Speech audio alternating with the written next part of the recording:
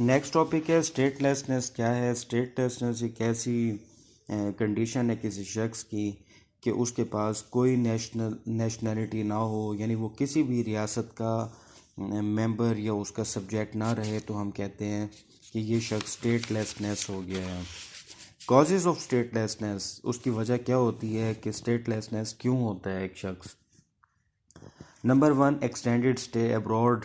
उसका 30 दिन का वीज़ा था, उसने ज़्यादा टाइम लगा लिया बाहर, तो वो वहाँ का भी नहीं शहरी होगा और जहाँ से गया वहाँ का शहरी भी नहीं रहेगा।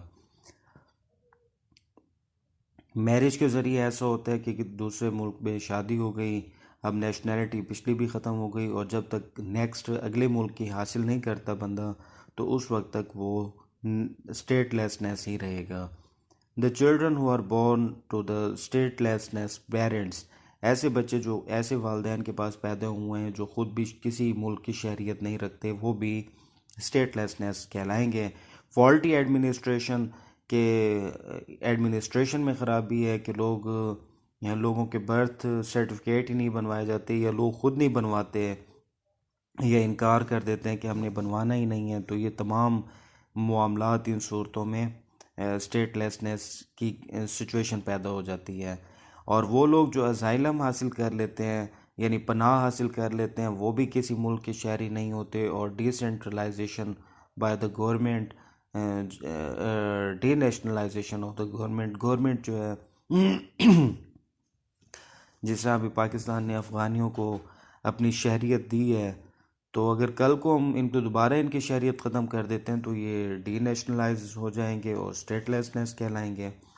इनके पास रेमेडी क्या है? इसका रेमेडी ऑफ द स्टेटलेसनेस कि इनको नेशनैलिटी दी जाए, इस डी नेशनलाइजेशन का जो तरीक़ेकार है इसको ख़त्म किया जाए, ममालिक के ऊपर ऑब्लिगेशन लगाए जाए कि उनके पास जितने बाहर से लोग आते हैं उनको फ़ौरन नेशनलाइज करें। इंटरनेशनल लेवल पे ट्रीटीज़ होनी चाहिए, कन्वेंशंस जैसे 1960 का कन्वेंशन है, 1975 का कन्वेंशन है, फिर 1985 का इसके ऊपर कन्वेंशन मौजूद है। यानी ये इस तरह की कोशिश की गई है कि कोई शख्स ऐसा ना रहे जो किसी रियासत का हिस्सा ना हो। स्टेट सक्सेशन का क्वेश्चन है, right a detailed note on state succession. जब एक मुल्क ख़त्म हो जाता है तो फिर वो किसी दूसरे मुल्क में मर्ज हो जाता है, ज़म हो जाता है, या जो मुल्क किसी दूसरे मुल्क पे कब्ज़ा कर लेता है तो पहले वाला जो स्टेटस है वो ख़त्म हो जाता है, नया स्टेटस बन जाता है।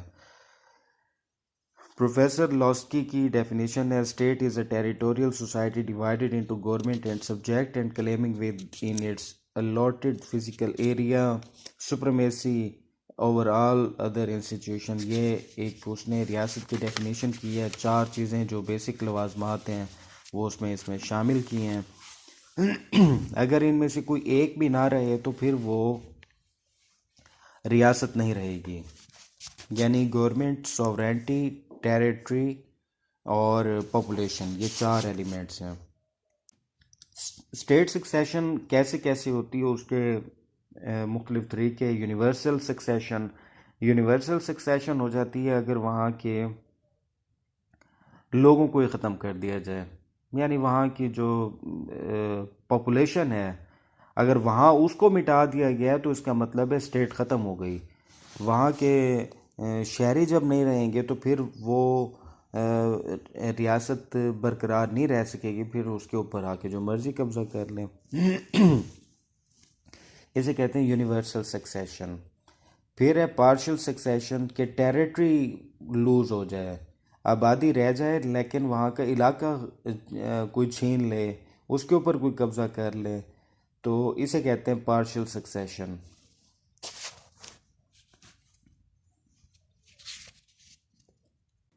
जब एक रियासत दूसरी रियासत के ऊपर कब्ज़ा कर लेती है, यानी स्टेट सक्सेशन हासिल कर लेती है, तो उसके राइट्स और ड्यूटीज़ क्या होती हैं? Political and rights and duties.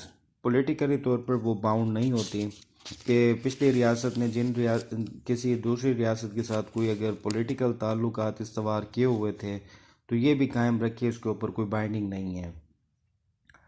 Local rights and duties ये बरकरार रहेंगे यानी दरिया हैं तो वो चलाने पड़ेंगे, ज़मीन है उसे मेंटेन रखना पड़ेगा, रोड्स हैं वो बनाने पड़ेंगे। यानी इंसानियत ख़त्म नहीं की जाएगी, इंसानी इक़दार ख़त्म नहीं किए जाएंगे। हाँ, अगर दूसरे ममालिक के साथ कोई मुआहदे हैं, कोई पब्लिक डेट्स,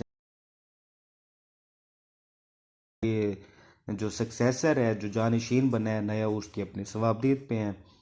कॉन्ट्रैक्ट्स अगर दूसरे ममालिक के साथ हैं तो वो भी फुलफ़िल करने की ये पाबंद नहीं है। करेंगे तो अच्छी बात है, नहीं करेंगे तो वो तो जो पिछला मुल्क था पहले वाला, वो तो वो कर गया था। ये नया बनने वाला इस जगह पे जो मुल्क है, नई जो गवर्नमेंट है, वो पाबंद नहीं है। कंसेशनरी कॉन्ट्रैक्ट्स, अगर पिछली रियासत ने किसी दूसरे मुल्क को कोई कंसेशन दी हुई थी तो ये कंसेशन इसे ये कंटिन्यू करने के पाबंद नहीं है। इसी तरह टॉर्ट अगर कोई हुआ है तो उसके डैमेजेस भी देने की ये पाबंद नहीं है। नेशनैलिटी, पिछली नेशनैलिटी लोगों की ख़त्म हो जाएगी। यहाँ अगर रहना चाहते हैं उन्हें इजाज़त होगी, यहाँ रहना चाहते हैं 15 दिन का आपके पास टाइम है, जाना चाहें तो चले जाएं। अगर यहाँ रहना है तो फिर यहाँ की ही नेशनैलिटी के मुताबिक आपको रहना होगा। कवानीन के हवाले से ऐसा होता है कि जो नई रियासत बनती है, वो जो पिछला दस्तूर मौजूद होता है, पिछले कवानीन मौजूद होते हैं, वो चलते रहते हैं जब तक कि अपना नहीं बना लेते। जैसे पाकिस्तान में अभी तक जो है ना वही पिछले कवानीन चल रहे हैं। बहुत सारे कवानीन हैं जो आज तक हमने बनाए ही नहीं हैं। सक्सेशन टू प्रॉपर्टी और फॉरेन स्टेट में जो इस रियासत की जो ज़मीनें पड़ी हुई हैं वो रह जाएंगी, उनके ऊपर इनका हक कायम रहेगा। लॉस ऑफ इंटरनेशनल पर्सनैलिटी, ये अपना इंटरनेशनली तौर पर अपनी जो रिकग्निशन है उसे ये खो बैठेंगे। उसके लिए दोबारा इनको रिकग्निशन चाहिए होगी ऐसे ममालिक में से।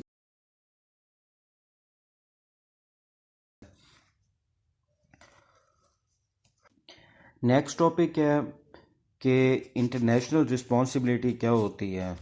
बैन अवी तौर पर रिस्पॉन्सिबिलिटी दो तरह की होती हैं। एक को कहते हैं ओरिजिनल स्टेट रिस्पॉन्सिबिलिटी और दूसरा होता है विकेरियस रिस्पॉन्सिबिलिटी।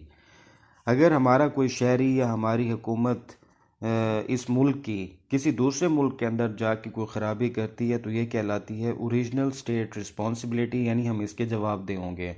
रिस्पॉन्सिबिलिटी जो लफ्ज़ निकलता है बेसिकली ये ड्यूटी की ब्रीच से निकलता है। एक बंदा अपनी ड्यूटी को तोड़ता है तो फिर वो रिस्पॉन्सिबल होता है।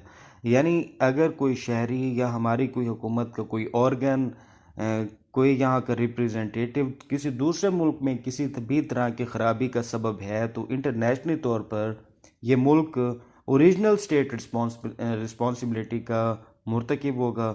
और अगर यहाँ से कोई दूसरे मुल्क का शहरी, जैसे पाकिस्तान में आजकल चाइना वाले आए हुए हैं या उज़्बेक हैं या ताजिक्स हैं, अगर वो यहाँ के रास्ते से जाके या यहाँ रहते हुए यहाँ से अगर यहाँ बैठ के कुछ दूसरे मुल्क के लिए करते हैं तो ये हमारी कहलाएगी विकेरियस रिस्पॉन्सिबिलिटी।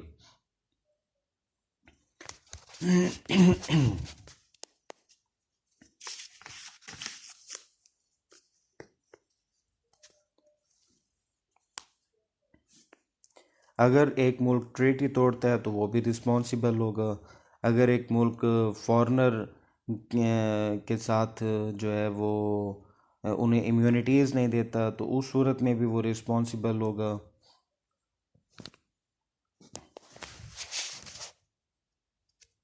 अगर इस तरह की कोई रिस्पॉन्सिबिलिटी पैदा होती है तो फिर इस रिस्पॉन्सिबिलिटी को ख़त्म कैसे किया जाएगा, यानी इसका कॉन्सिक्वेंसेस क्या निकलेंगे।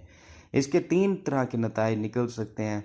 अगर कोई ख़राबी कल को कोई भी किसी मुल्क की तरफ से पैदा होती है तो कानून बैनुल अक़वाम के मुताबिक एक रेस्टिट्यूशन है, दूसरा इंडेमनिटी है और तीसरा सेटिस्फेक्शन है। रेस्टिट्यूशन का मतलब होता है कि अगर ये ख़राबी ना होती तो क्या कंडीशन होती, यानी जो ख़राबी पैदा हुई उसको रिमूव करें, एक चीज़। दूसरा इंडेमनिटी के अगर वो ताकतवर मुल्क है वो कहेगा मुझे तो इंडेमनिटी हासिल है, जिस तरह अमेरिका करता है पूरी दुनिया के ऊपर उसकी चौधराहट है। और फिर सेटिस्फेक्शन में ये होता है कि उसने मुतमईन करना होता है, उसने कोई कंपनसेशन पे कर देनी है दूसरे मुल्क को, या कोई एग्रीमेंट बैठ के तय कर लेना है, उस डिस्प्यूट को सॉल्व कर लेना है।